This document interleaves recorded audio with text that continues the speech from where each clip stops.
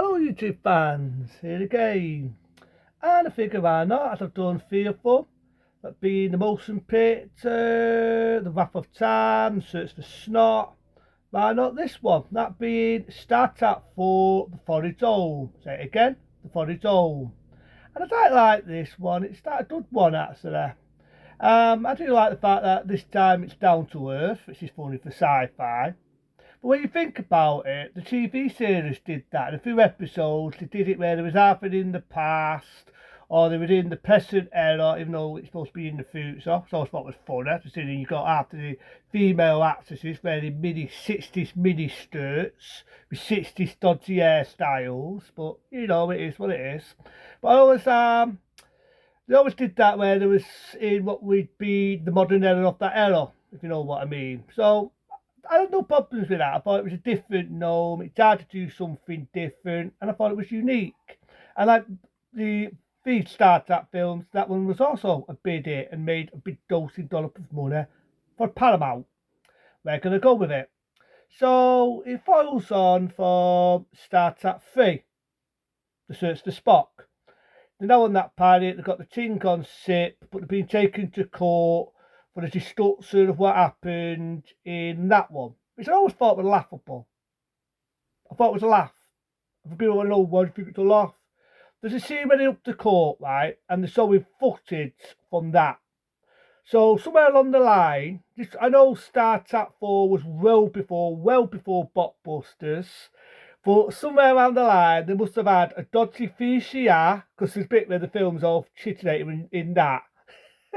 And they must have got a dodgy VCR, a dodgy videotape of that, and stuck it in. Because how the fuck did they see the footage where the Klingons are on the ship, the Enterprise blows up, all this when it went on? How the fuck did they see all that?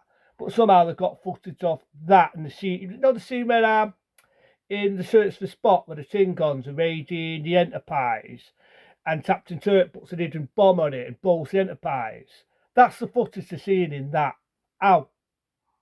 Like I said, they must have had a dodgy video. This was before Blockbusters. But it is what it is. I went with it. It's a film, end of the day. It's sci-fi. I went with it. So halfway through the film, you've got this weird noise. It sounds like a rail, and it's destroying, and it's fighting people, and they've got a feeling something's going to happen which is destroying the whole planet. So they sent out the team to save the planet Earth, but both being the olden times. We all know the film came out in '86, so it's '86. And so they fight back the Tingon ship and they've got to save a rail. This one to me sort of feels like what would happen if Star Trek was to go wildlife. You know, like if they had a sit in the 60s, so they sort of did an episode like this. I would not have been surprised if they did. So they go back to save this rail anyway. There's like funny bits in it. It doesn't take itself too seriously. There's a lot of actors, may they rest in peace. And I love the lines they say, like Stotter, pretending to find do water and do business. You've got the other ones. There's a funny bit where they all fall in tapped into. It says, "Go back. You look like a tourist." There's a bit where they have to cover up Spock's ears and Captain Turk's trying to explain to him that you're going to look pretty funny with them pointed ears. He's a falcon. There's a few lovely bits in it. Like you've got the Tingon woman who we all know was in that, who replaced Tertiara in the second one. She says a beautiful line about his son sacrificing himself to save her, which if you ever remember that, it did. So there's some good emotional bits in it, just like the wording all three of them. So I kind of like that one. You got one actress, you think you've seen her before. She played the mum in Child's Play, the classic Child's Play, the '88 one. She's in it, and they're trying to save these rails, and they know they've got to send them back to the river. And like I say, there's some funny bits. You're on the bus, you've got a punk rocker, you've got this fucking annoying music, getting on one's fucking tits, including mine. They've asked him nicely to turn it down, he's giving him attitude, he's doing the middle finger. I love the bit. Dave Seymour, may he rest. I love it as Dr. Spock. He sneaks up to him, does a falcon move, and knocks him out and turns the music off. So there are some good, there's some funny bits that even I have a chuckle with. So we're going to go with the film, we're going to go with it. So they all fly off, right? And they're going to save the rail, and they major chink on Sip, and he's got to admit to the woman who he wishes. Obviously, she thinks he's off his fucking head when he says he's not on this earth, or he's on this earth, but in the future, that being Captain Turk. And I thought it was going to be a love scene between him and her. And some of the music, I always wonder, right, whether the ones that did the music to this did the music to Robotop 2. So if you ever hear the music to Robotop 2, it does have a very similar music what you hear in this one being Star Trek 4. So if anyone ever knows anything about people that do music to films, to its theme tunes and so on, and they know whether the same ones that did the music to this film did the same music to Robotop 2, because it does have that similar sort of music. But I do like it. She gets pissed off the woman because they find out that they put the rails back in the sea. They weren't supposed to keep them. There's a funny bit again with Dr. Spock's underwater and his truck's in the rail. And I fucking love to know how they did that. Because it really does look like Captain Seymour is Dr. Spock, is underwater, and he's right next to these killer rails. And his truck's in them. I always want to know how the fuck did they do that and how did they pull that off. But we're never going to know now because Paramount was lazy. They didn't do special features.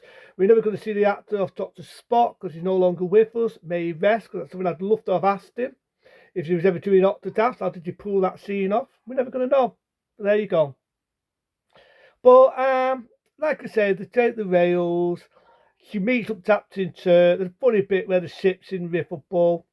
And they've got to kill a whale. And you think, oh, no, no, no, don't kill the whale, don't kill the whale, save the whale. But the tin con ship comes in, there's a funny bit where it goes in Riverboat, they save the whale, and they bring them back to their planet, and then they go back to the modern times, and she stays with them. That's right, the mummy out of Child's Play stays on the Enterprise. Not on the Enterprise, she's now working with the team of a different Enterprise. And I always thought, would it have been a good idea, right?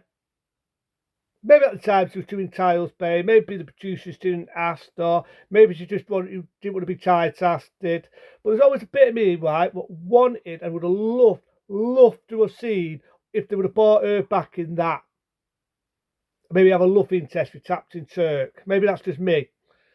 Or maybe in the sixth, the last one of them, have her back in it, maybe make a small cameo. And it never happened. It never got to be. And it's the same. It's a fucking same. Because I'd love to see that actress in that appearing either that or the sixth one.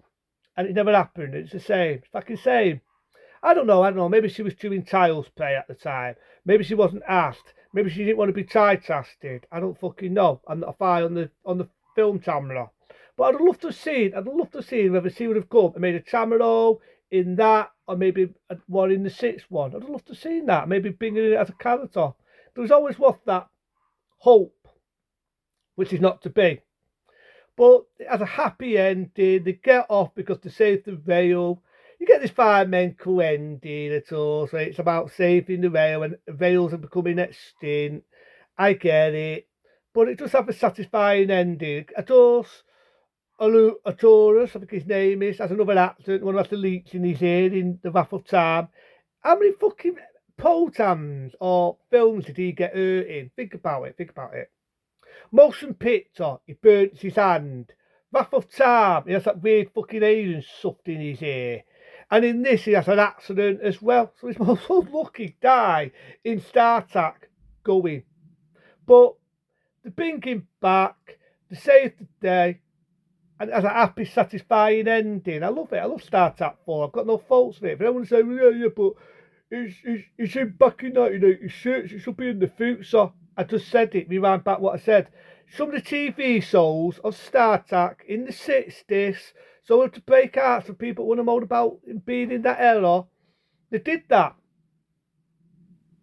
They did it. They did a few episodes where they were in the 60s, which still that was in the 60s. So it's not new, it's not different. It's been done in the TV series. So fuck it. Without ado, Star Trek, The Forest Home, an 8-star rating from me.